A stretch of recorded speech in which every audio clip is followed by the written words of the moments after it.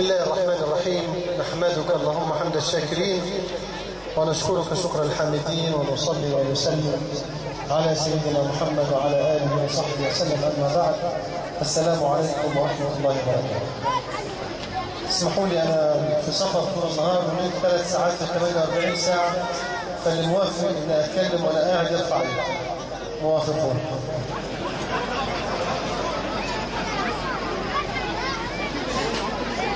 هو طبعا من أسعد اللحظات ومن أسعد الأيام إن احنا نحضر عشان نكرم أولادنا المتفوقين.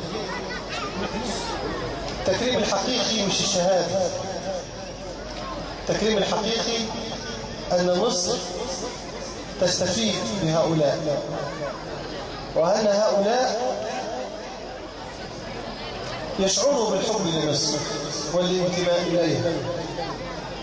مضى عهد كان المتفوق في مصر يغادرها إلى الخارج كي يقدم خلاصة علمه وإبداعه وأفكاره لغير مصر، فصنع كثير من العلماء خارج مصر. نحن نأمل في هذه الثورة المباركة التي أعادت إلينا مصر أن يبني هؤلاء مستقبل الوطن، وأن يرعى الوطن مثل هؤلاء رعاية حقيقية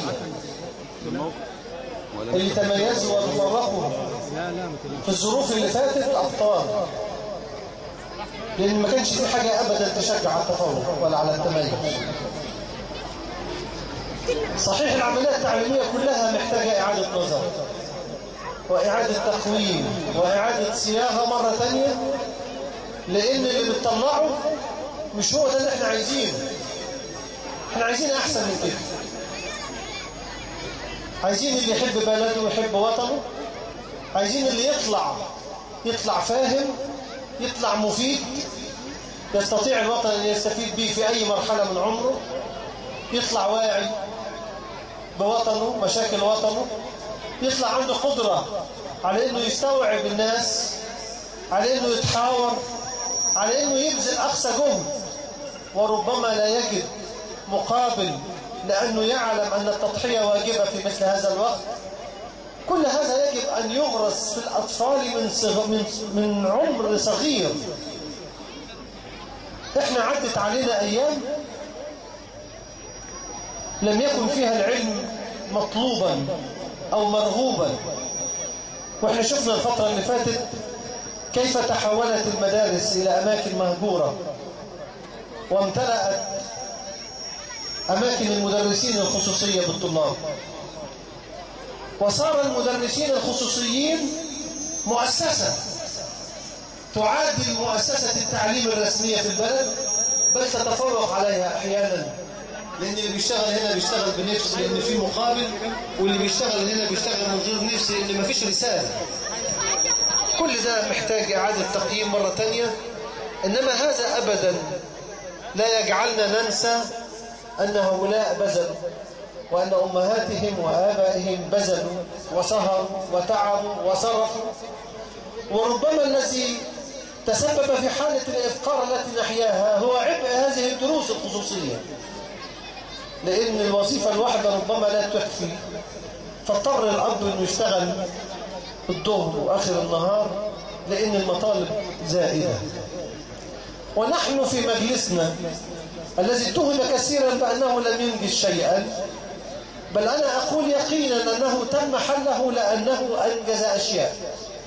لو أنه لم ينجز شيئا لسابوه لحد ما يموت ويتفضح اللي فيه، إنما لأنه كان مجلس كما أقول عليه كان يتسم بالغشومية السياسية، مجلس فيه جداد أطهار أحرار جايين بعد ثورة عايزين يغيروا، فتدخلوا واجتازوا خطوط حمراء كثيرة مما أربك هؤلاء الذين تعودوا ألا يحاسبهم أحد ولا يتتبعهم أحد. مجلس دخل في عش الدبابير لأنه عايز ينجز شيء. ده سبب الحل، سبب القرار السياسي مش حكم المحكمة، الذي أصدرته المحكمة الدستورية، الموغل في الغل، لأن هذا المجلس أنجز ما لم ينجزه مجلسا في خلال 15 سنة 3 دورات اللي فاتت. وبالتالي كان من نتاج هذا مرحلة الثانوية العامة، وانتوا شفتوا السنة دي ايه اللي حصل في الثانوية العامة. أرقام بالزوفة، 104 و105%. أينشتاين نفسه ما يجيبهاش، كان جايب 56% أينشتاين تقريبا. هذه الأرقام التي جعلت مستوى التعليم في مصر أضحوكة للعالم. سنتين دراسيتين مكلفتين اجمالهم 17 مليار في السنة بيندفعوا من قوت الأولاد ومن أكل عيش الأسر. ليه؟ علشان يجيب مجموع. أول سنة جاب مجموع، وتاني سنة جاب مجموع، وبعد كده لما جاب المجموع ما عملش بحاجة. بعد ما أقرنا حكم المحكمة القانون بتاع السنة الواحدة للثانوية العامة، اتصل بي آباء وأمهات، البعض زعلان. ليه؟ تخلوها سنة واحدة. طب انتي طالبة ايه يا حاجة؟ قالت لي ده انا دفع فلوس الدروس بتاعت السنة الجاية، اعمل بيها ايه دلوقتي؟ انا ما اعرفش الفلوس اللي بتدخل عند المدرسين ما بترجعش تاني ولا ايه. فقلت لها معلش حاولي اجيب الفلوس، ادي احنا وفرنا عليكي فلوس. وسألني تاني مستنكرا ليه؟ كانوا بيجمعوا مجموع في اول سنة ومجموع في تاني سنة، وكان بيدوهم فرصة في كلية كويسة. قلت لهم والله ما حصل. قعدنا نجمع مجاميع لحد ما اللي جاب 99% ما عادش يدخل طب. الناس قاعدة زعلانة لأن ولادها جابت مجاميع وتعبت، وبعدين في الآخر دخلت الكلية غير الكلية اللي عايزها. مش عايزين نصنف الكليات، لأن كل الكليات اللي عايز يبقى ممتاز يدخل أي كلية ويجتهد فيها ويبقى اصطف ويبقى دكتور قد الدنيا. حجة مش حجة كلية الطب ولا كلية الأسنان ولا كلية الصيدلة ولا كلية الهندسة هي كليات القمة. لا، الوطن الآن يحتاج، أول كلية يحتاجها هي كلية العلوم، هي كلية العلماء. كل العلماء المصريين اللي خرجوا بره وشرفونا كلهم خريجوا علوم، ثم يأتي بعد ذلك الفلك، ثم يأتي بعد ذلك الطب. وبالتالي ليست العبرة أبدا بالكلية، العبرة بالحاجة اللي تحبها. وبالتالي كانت هذه السنة بالتحديد مبررا كافيا لمن كان يعترض على قانون الثانوية العامة الذي جعل الثانوية العامة سنة واحدة. صحيح مش هيبطل دروس لسه لحد ما تتصلح منظومة التعليم، إنما على الأقل قللنا حجم الإنفاق والأعصاب المشدودة والامتحانات التي تربك الأسرة وحالة الانهيار والإحباط وحالة التوتر. قللناها على قد ما نستطيع، ولكنها ليست حلا لمشكلة التعليم في مصر. نحن اليوم ونحن نحتفي بالأوائل والمتفوقين ومن وراءهم، إنما نحتفي بالعلم كي يأخذ العلم مكانته الحقيقية. مصر في وقت من الأوقات لغت عيد العلم وأبقت على عيد الفن، لأن حكام الزمان لا يستطيعوا أن يحيوا بغير الفن والهيصة. هي دي الريادة. لو أنتم متذكرين مصر الرائدة لما عملنا نايل سات 1 و2 و3 فاكتشفنا أن احنا كنا رواد في الهلس، بينما قناة في علبتين كبريت زي ما كان بيقول عليهم أخذت الريادة في الأخبار، وأخذت الريادة في المصداقية، وأخذت الريادة الحقيقية في عالم الإعلام. قد هي ليست بالمباني، عندنا مسبيرو في 40,000 موظف مش محتاجينهم. مشكلة النظام السابق الذي كان يخزن مصائبه لمن يأتي بعده، طبعا هم مش متخيلين اللي كان يأتي بعده مين، إنما على الأقل كل واحد كان بياخد سنين ويعدي وتنحرق بعد كده. لو كانوا بيحبوا مصر ما كانوش عملوا اللي احنا بنشوفه الآن في مصر. حتى التعيينات تتم بغير رشد وبغير حق. وزير البترول بيقول لي عندي 40,000 في الوزارة أنا مش محتاجهم. وزارة الكهرباء تلت اللي موجود فيها مش محتاجينهم. عيب. إنما هي فلوس راحت في جيوب ناس ووسائط وجمايل ومشاريع وبزنس اشتغلوا بيه طول عشرات السنين الماضية. نحن الآن نريد أن تقف مثل هذه الممارسات، وكل اللي نرجوه ألا يدفعنا أحد كي نكون مثل ما كان. ساعات الواحد يبقى معاه قوي يقول لك لا واسطة هي اللي ودتنا في داهية، بس ابني والله دي ظروفه صعبة جدا، ده هو الوحيد اللي يحتاج، ده احنا اللي ظروفنا، ده احنا اللي حالتنا. ولا يعتقد أن كل الذين يتقدمون لطلب هم محتاجين فعلا. أما تسمعهم وتشوفهم وتتابعهم، لا هم محتاجين كلهم، مش واحد ولا اثنين ولا ثلاثة كما يتصور، بس هو كل واحد عايز يستثني نفسه من القاعدة. وده إرث 30 سنة هياخد وقت لحد ما نتخلص منه. في ناس بكلمها بدها انها تدور في دايرة مفرغة، وفي ناس بكلمها يقول لك عندك حق، طالما هتيجي وتتوزع بالعدل احنا معاك. هو ده التغيير اللي احنا عايزينه. التغيير اللي احنا عايزينه اللي تخلي الدولة تتبنى مشروع علمي لتنمية مصر. لن تتبنى مصر طوال 30 سنة مشروع علمي واحد. مؤسسة الرئاسة أعطت 10 مليون جنيه للفريق العلمي في جامعة أسيوط اللي اكتشف الأرض في غرب مصر في الصحراء الغربية، وأسفل منها نيل موازي لنيل مصر يكفي لزراعة 3.5 مليون فدان. فعشان الكلام ما يبقاش نظري، عايزين قد ايه؟ عايزين 10 مليون. خد ال 10 مليون، تحط لي التصور، تحط لي دراسة الجدوى، وتحط لي الشكل بتاع تنمية هذا المكان. بقت فيه فلوس بتطلع لهدف بناء وتنمية حقيقي. هذا هو احترام العلم، هذا هو تقدير العلم والعلماء. يتقدموا الصفوف، مش حد تاني مع احترامنا، إنما نحن الآن في مرحلة بناء. نحتاج إنسان مصري بيحب وطنه، بيحب بلده، يستطيع ويتحمل التضحية بجد. احنا كنا الفترة اللي فاتت مضحين غصب عن أبونا قهرا، لا بتاخد حقك ولا بتاخد نصيبك. وبالتالي احنا عندما نستشعر التغيير ندفع في اتجاه التغيير للأحسن. نقول الحمد لله ان احنا مشينا وبدأنا الصح. طالما بدأنا الصح نستطيع ان نختصر المسافات ونختصر الأوقات. أردوغان قالها أيام انتخابات بعد ما انتخابات الشعب عندنا خلصت، قال إن مصر جزر مصر هنا أيام المجلس العسكري، وقال إن مصر تستطيع أن تكون من أكبر 10 دول في الاقتصاد. إحنا دخلنا في المنظومة العالمية في خلال 8 سنوات. تركيا مصر إمكانياتها أكتر وأكبر وتدخل في فترة أقل. بس الهمة، مش عايزين نكسر في بعض. مش عايز أقعد أعارض للمعارض، ولا يشعرن أحد ممن يعارضون الذين نكن لهم كل الاحترام أن نجاح حزب الحرية والعدالة أو نجاح الرئيس في إحداث تنمية حقيقية في مصر خسارة لهم.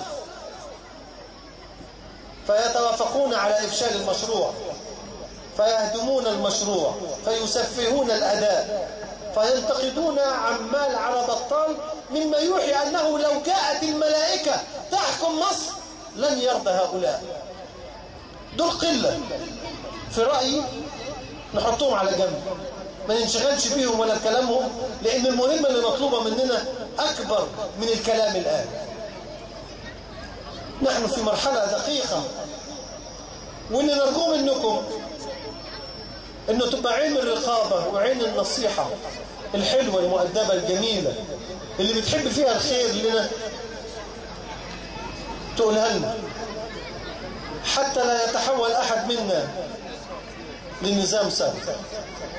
أنا قابلتني واحدة وأنا داخل زعلانة من الإخوان المسلمين ضربوها هم بيوزعوا الأنابيب. أنا أقول لها من على هذه المنصة أنا بعتذر عن حزب الحرية والعدالة وعن الإخوان المسلمين نيابة عنهم عما حدث لها، وربما يكون هناك أسباب التدافع والتضارب، وهذه أمور قد تحدث في أي توزيع، الحرص الشديد والرغبة الشديدة، إنما أبدا لن نكون ولا يتلكك حد يقولوا انتوا هتعملوا زي اللي كان فات، وابدا. هذه اكذوبه يقولها المعارضون الان لافشال عمليه التنميه، لافشال عمليه التغيير الحقيقي. ما اتخذ من قرارات خلال الشهرين دول لم يكن احد يتصور ان يكونوا في خلال 20 سنه 30 سنه اللي فاتت.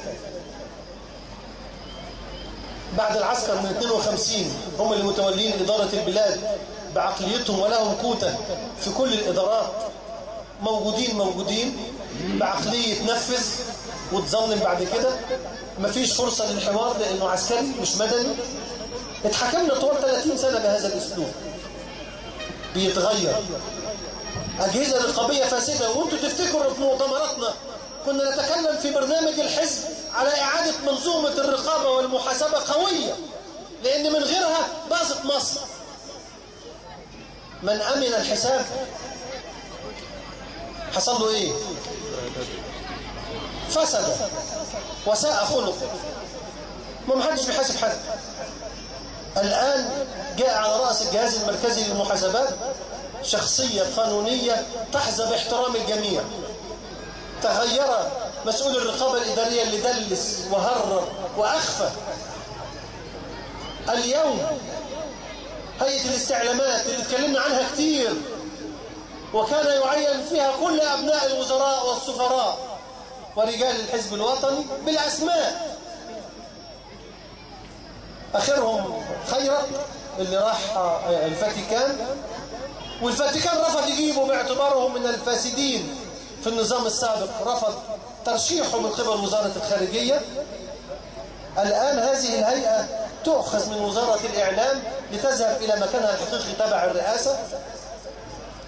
النيابة الإدارية الآن تتحول إلى منظومة لمحاربة الفساد الإداري. قضايا الدولة يعاد النظر في تشكيلها، الإدارات القانونية تأخذ وضعها. احنا داخلين على فترة لا يمكن لأحد أن يبقى ساكنا دون أن يقدم لمصر شيئا. طبعا احنا كلنا واثقين في ان احنا كلنا راغبين في هذا، انما افرض واحد لسه دماغه ملوحة، واحد لسه صعبان عليه، واحد حرم من امتيازات. والله هنا بقى يأتي السلطان. إن الله لا يزع بالسلطان ما لا يزع بالقرآن. طالما لا الحب للوطن ولا الانتماء ولا الأخلاق ولا التنمية ولا المشروع ولا مستقبل مصر شغله، يبقى الحساب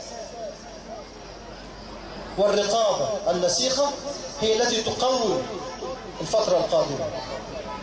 طب الناس عايز تاخد حقها. أنا أتوقع عندما تنتظم الأمور وتسد أبواب الفساد هيبقى هناك فائض. هذا الفائض سينفع في زيادة الحد الأدنى عندما يأخذ المكافأة من يستحقها، مش كله عمال مع بطال. ألاقي الكبير واخد 20,000 واللي بيشتغل ومحروق واخد له 20 جنيه. كل هذا يعاد ترتيبه مرة ثانية، تصبح المرتبات الأصلية هي الكيان الأساسي في الراتب والحوافز هي الجزء البسيط. اكتشفتم بعد ما دخلتوا على المعاش ان الراتب او الدخلة كان 20% أجر أساسي و80% حوافز. طلعت على المعاش اتشالت الحوافز، نفسك بتاخد 20% قاعد تلطم، وأنت في احتياج لعلاج واحتياج لتزويج أبنائك وبناتك. هذه منظومة الآن يعاد النظر فيها كي يصبح الراتب الأساسي 80% والحوافز 20% تعطى للمجدين فقط. أنا عايز أقول إن إحنا في الآخر مقدمين على تغيير حقيقي إن شاء الله. من ضمن هذا التغيير النظر إلى العلم والعلماء، التعامل مع المتفوقين. كل هذا يجب أن يلقى منا اهتمام ويلقى منا تأييد ويلقى منا دفع. نسأل الله تبارك وتعالى أن يجمعنا دائما على خير وأن يحمي مصر ويحمي المصريين. جزاكم الله خيرا على هذه الدعوة الكريمة وشكر الله لكم، والسلام عليكم ورحمة الله.